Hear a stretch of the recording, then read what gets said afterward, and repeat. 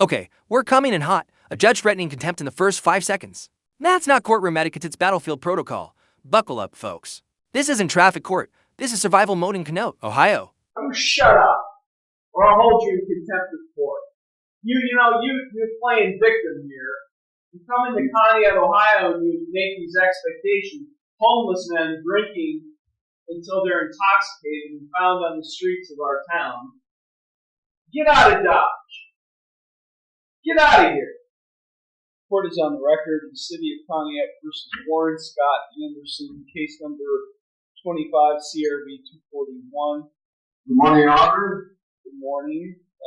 Mr. Anderson was arrested and provided a citation yesterday, July 17th, 2025, is appearing at this initial appearance hearing by way of video from the Coneyut City Jail. Mr. Anderson, a officer's complaint was filed against you. Have you received a copy of that complaint? I have, Your Honor. Okay, I'm going to read you your rights, so please pay attention to the rights I'm about to read to you.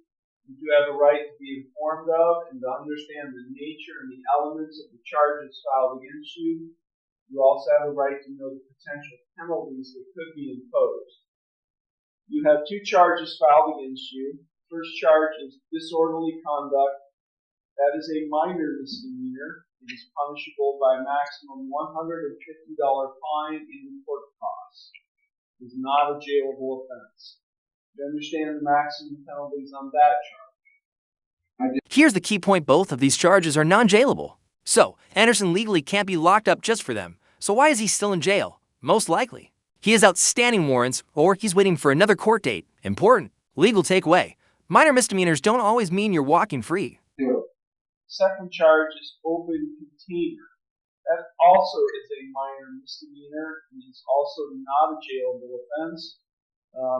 The maximum penalty you can receive if convicted is a $150 fine and court costs. You understand that?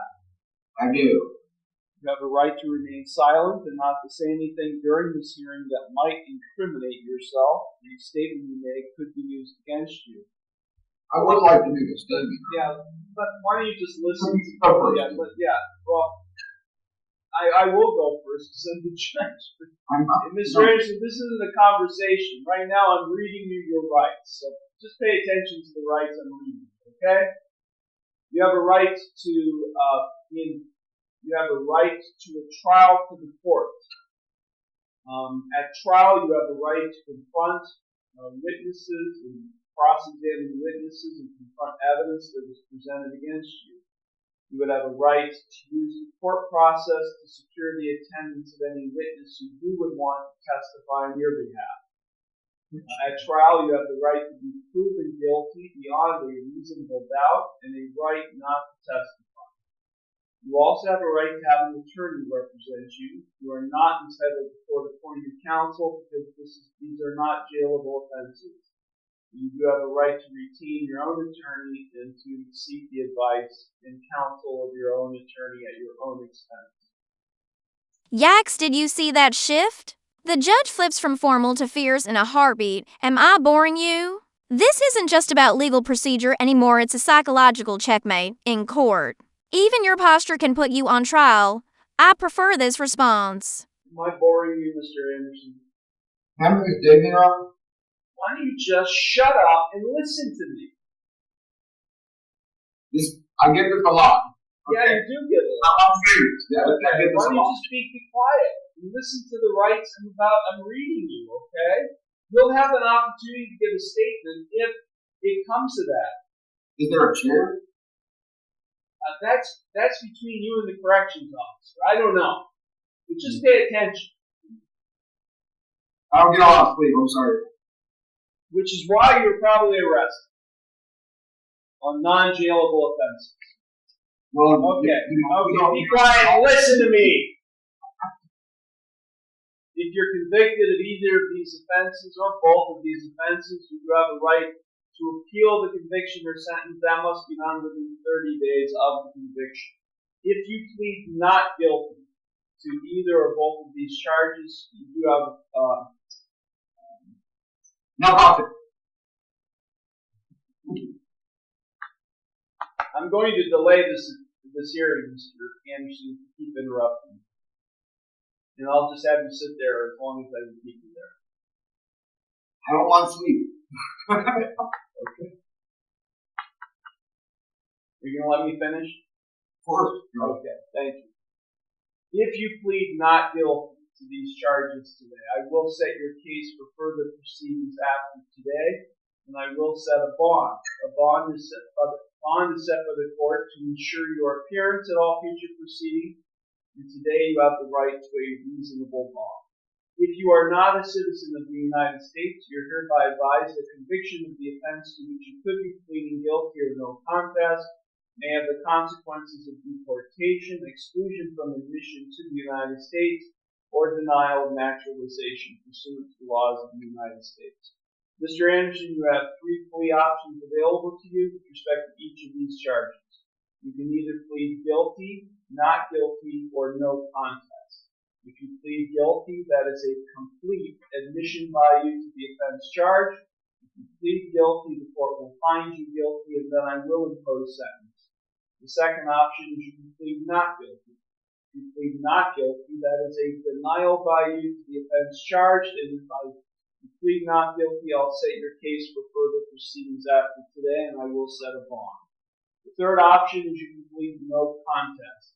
If you plead no contest, that is not an admission of your guilt, but it is an admission by you of the truth of the facts alleged in the complaint filed against you. If you enter a plea of no contest, this court will find you guilty, and I will impose sentence without any evidence being presented against you. However, the plea of no contest cannot be used against you in any later civil or criminal proceedings.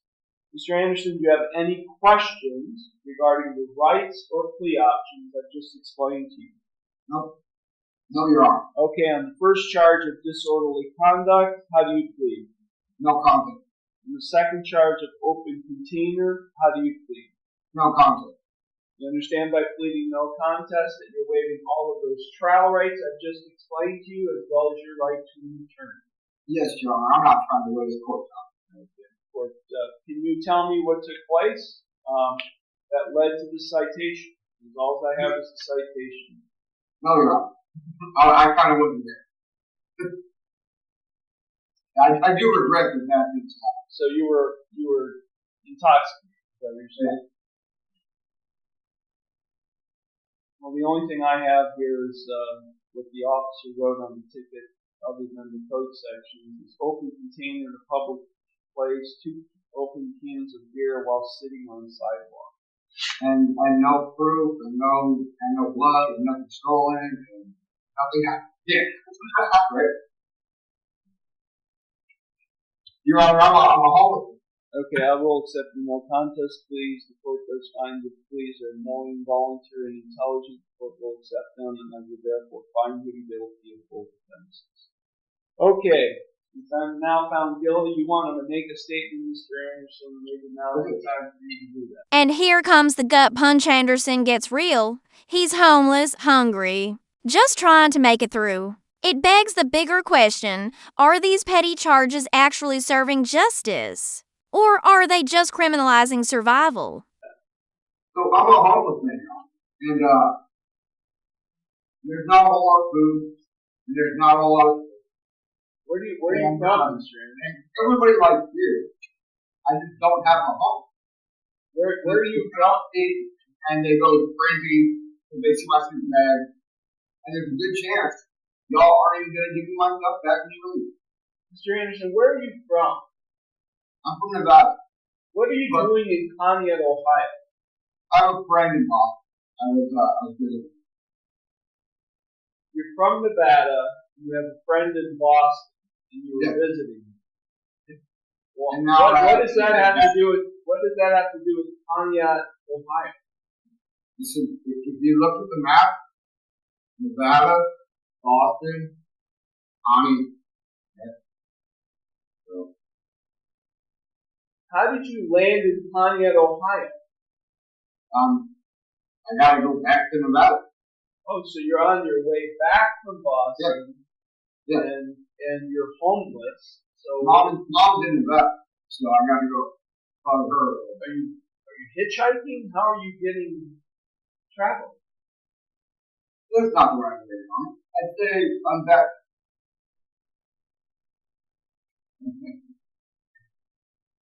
I'm back. I'm a famous author. So who travels. So you get released from jail, Mr. Anderson. Where are you going? I'm going to Nevada. Well, why are you on the streets of Coneyut intoxicated?